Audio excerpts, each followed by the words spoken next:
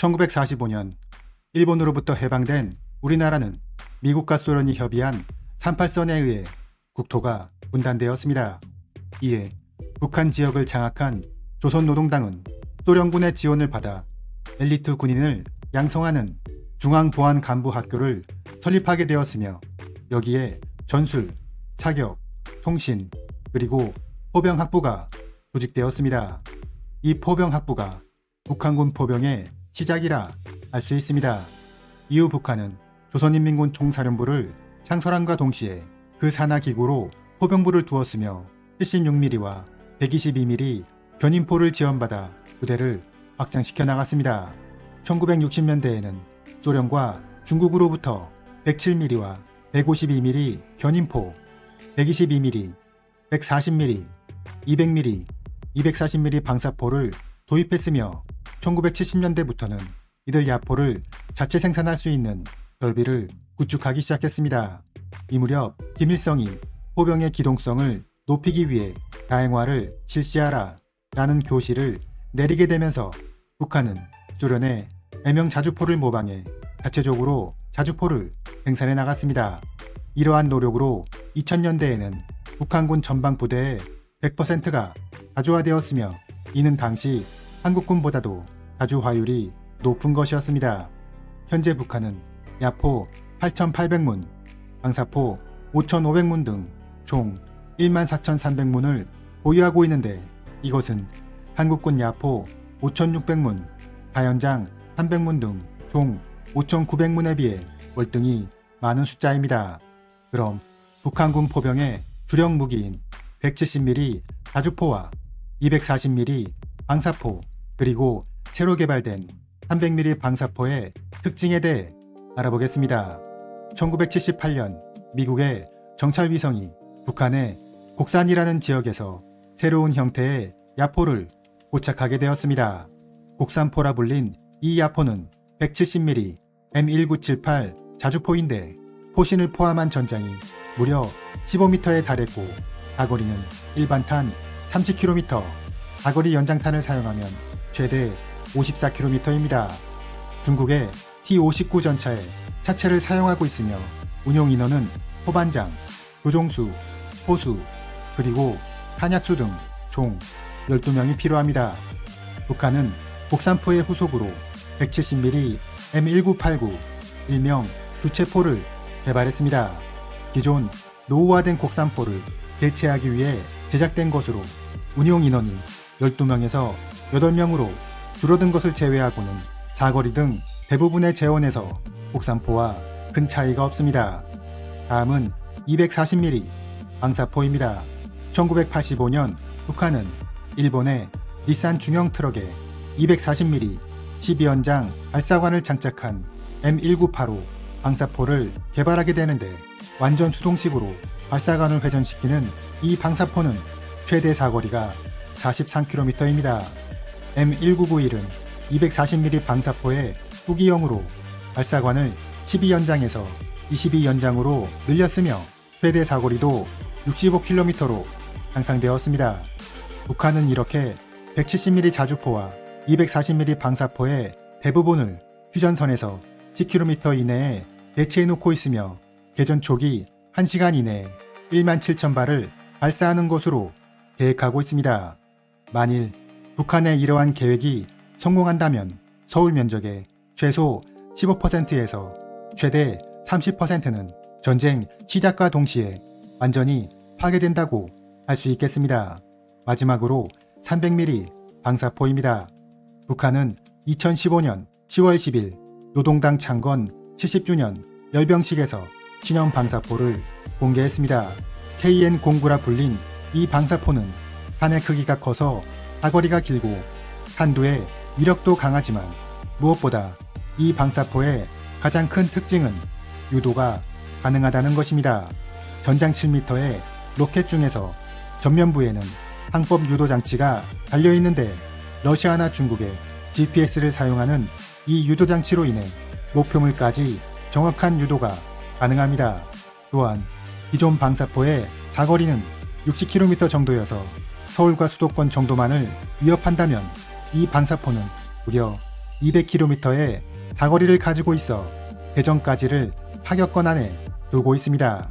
북한군이 이 방사포를 본격적으로 운영하기 시작하면 남한의 주요 공군기지와 지휘소, 레이더 기지 등이 큰 위협을 받을 것으로 예상되고 있습니다. 그럼 북한군 포병의 전시 계획에 대해 알아보겠습니다.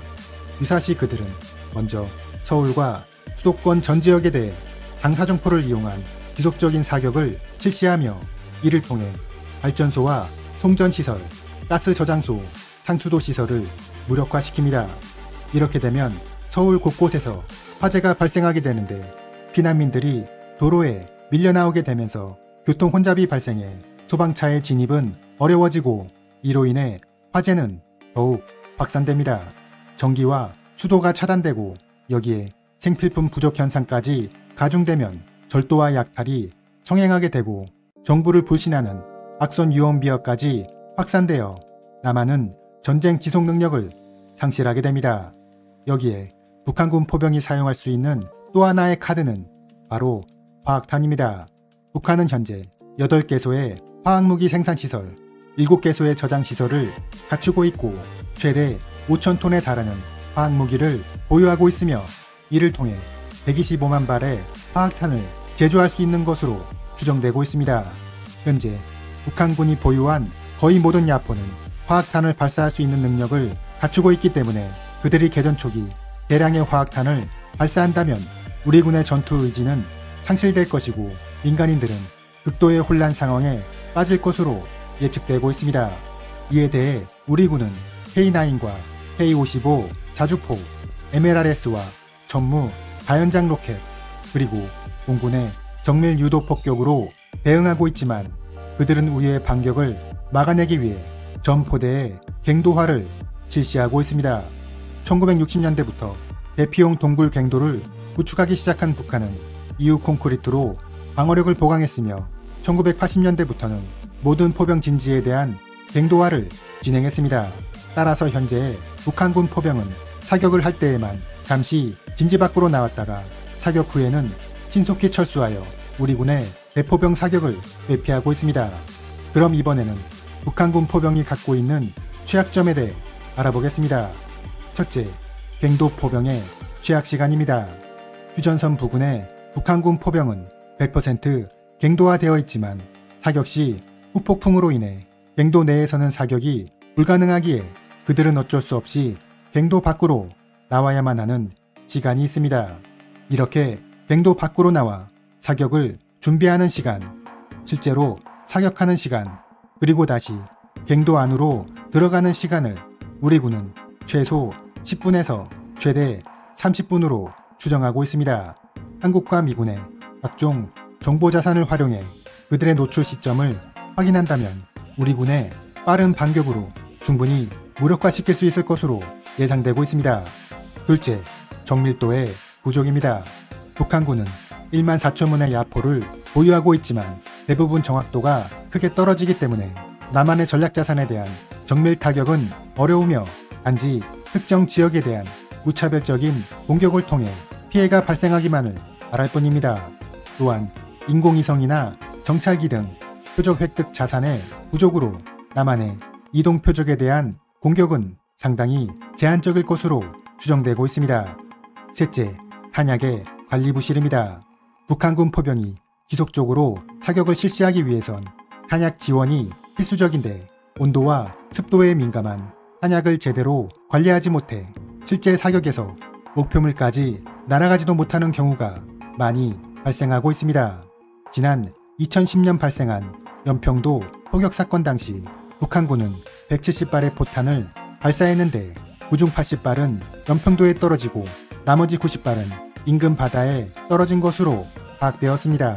북한군이 7제곱킬로미터에 달하는 연평도를 상대로 절반 이하의 명중률을 보인다는 것은 그들이 보유하고 있는 탄약의 성능이 매우 떨어진다는 것을 반증하고 있습니다. 그럼 북한군 포병을 상대하는 우리 군의 대응 방식에 대해 알아보겠습니다. 평시에 우리 군은 북한의 갑작스러운 도발에 대해 대응적 화력전을 준비하고 있습니다. 이것은 북한이 화력으로 도발을 하면 대포병 레이더로 그 원점을 파악하고 우리 군 포병이나 공군의 전투기를 이용해 타격을 가하는 것입니다. 우리나라는 지난 2017년 국산 대포병 레이더인 청경의 개발에 성공했습니다. 스웨덴 사부사의 기술 지원을 받아 개발된 이 레이더는 A4 방식이기 때문에 짧은 시간 안에 다수의 목표물을 동시에 탐지할 수 있으며 탐지 거리는 70km로 북한군이 보유한 거의 모든 장사도포에 대한 대응이 가능합니다. 이렇게 획득된 표적 재원은 우리 군의 자주포나 다연장 로켓에 실시간으로 전송돼 즉각적인 사격이 이루어집니다. 하지만 평소에 이루어지는 대응적 화력적은 연평도 포격 사건과 같이 아군의 피해를 전제로 하는 것이기 때문에 우리 군은 유사시 그들에게 선제 공격을 가하는 공세적 화력전을 계획하고 있습니다. 이것은 각종 정찰 자산으로 그들의 공격 징후를 파악하고 그 시각이 임박하였다고 판단되면 즉시 제압 사격을 실시하는 것입니다. 이때 문제가 되는 것은 역시 북한군의 갱도진지입니다.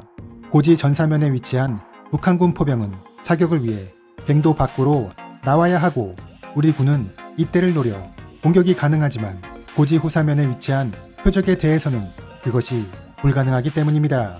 이에 대한 대응 방안으로는 공군이 운용하는 제이담이나 KGB와 같은 GPS 유도폭탄, 슬레미알이나 타우로스와 같은 순항미사일 등이 있습니다.